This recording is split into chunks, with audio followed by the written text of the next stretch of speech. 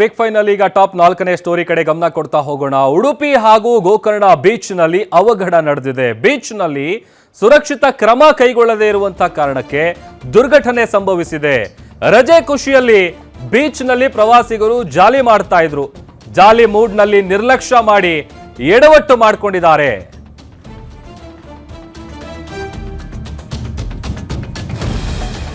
ಗೋಡಿಬೆಂಗ್ರೆ ಅಳಿವೆ ಬಾಗಿಲ ಬಳಿ ಬೋಟ್ ಒಂದು ಮಗುಚಿದೆ. ಪರಿಣಾಮ ಇಬ್ಬರು ಸಾವನ್ನಪ್ಪಿದ್ದಾರೆ. ಇಬ್ಬರ ಸ್ಥಿತಿ ಗಂಭೀರವಾಗಿದೆ. ಬೋಟ್ ಸಂಚಾರಕ್ಕೆ ಅಂತೇಳಿ 15 ಮಂದಿ ಪ್ರವಾಸಿಗರು ಹೋಗಿದ್ದಾಗ ನಡೆದಿರುವಂತಹ ದುರ್ಘಟನೆ ಇದು.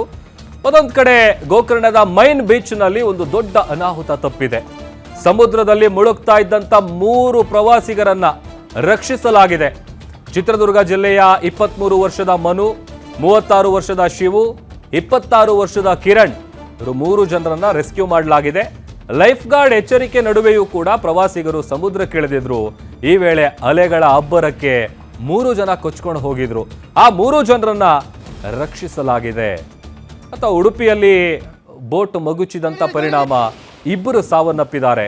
ಇಬ್ಬರ ಸ್ಥಿತಿ ಗಂಭೀರವಾಗಿದೆ. ಮೈಸೂರಿಂದ ಹೋಗಿದ್ದಂಥ ಟೀಮ್ ಅದು. ಹೇಳಿ ಕೇಳಿ ವೀಕೆಂಡ್ ಇತ್ತು ಅಂತೇಳಿ ಹೋಗಿರ್ತಾರೆ. ಆಮೇಲೆ ಸಾಲ್ ರಜೆಗಳು ಬೇರೆ ಇತ್ತು. ಹಾಗಾಗಿ ಒಂದು ಸ್ವಲ್ಪ ಜಾಲಿ ಮಾಡೋಣ ಅಂತ ಹೇಳಿ ಹೋಗಿದ್ದಂಥ ಸಂದರ್ಭದಲ್ಲಿ ನಡೆದಿರುವಂತಹ ಅವಘಡ ಇದು.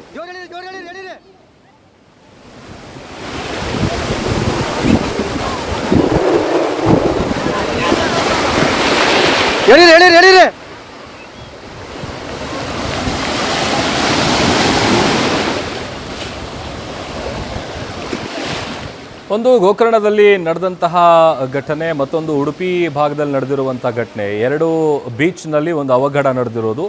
ಅಲ್ಲಿ ಈ ಬೋಟ್ ಸಂಚಾರಕ್ಕೆ ಹೋದಂಥ ಸಂದರ್ಭದಲ್ಲಿ ಸೇಫ್ಟಿ ಮೆಷರ್ಸ್ ಅಂತೇಳಿ ಲೈಫ್ ಜಾಕೆಟ್ಸ್ಗಳೆಲ್ಲ ಕೊಟ್ಟಿರ್ತಾರೆ. ಬಟ್ ಆ ಥರದ್ದು ಯಾವುದೂ ಅಲ್ಲಿ ಇರಲಿಲ್ಲ ಅನ್ನುವಂಥದ್ದು ಆ ನಂತರದಲ್ಲಿ ಗೊತ್ತಾಗ್ತಾ ಹೋಯಿತು.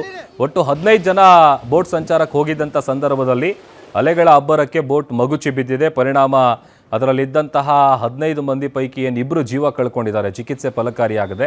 ಇನ್ನುಳಿದಂತೆ ಇಬ್ಬರ ಸ್ಥಿತಿ ಬಹಳ ಗಂಭೀರವಾಗಿದೆ. ಅವರಿಗೆ ಆಸ್ಪತ್ರೆಯಲ್ಲಿ ಚಿಕಿತ್ಸೆ ಮುಂದುವರೆದಿದೆ. ಮತ್ತೊಂದು ಗೋಕರ್ಣ ಬೀಚ್ಗೆ ಚಿತ್ರದುರ್ಗ ಮೂಲದಿಂದ ಒಂದು ತಂಡ ಹೋಗಿತ್ತು. ಅಲ್ಲೂ ಕೂಡ 3 ಜನ ಕೊಚ್ಕೊಂಡು ಹೋಗ್ತಾ ಇದ್ರು. ಅವರನ್ನ ರೆಸ್ಕ್ಯೂ ಮಾಡಲಾಗಿದೆ.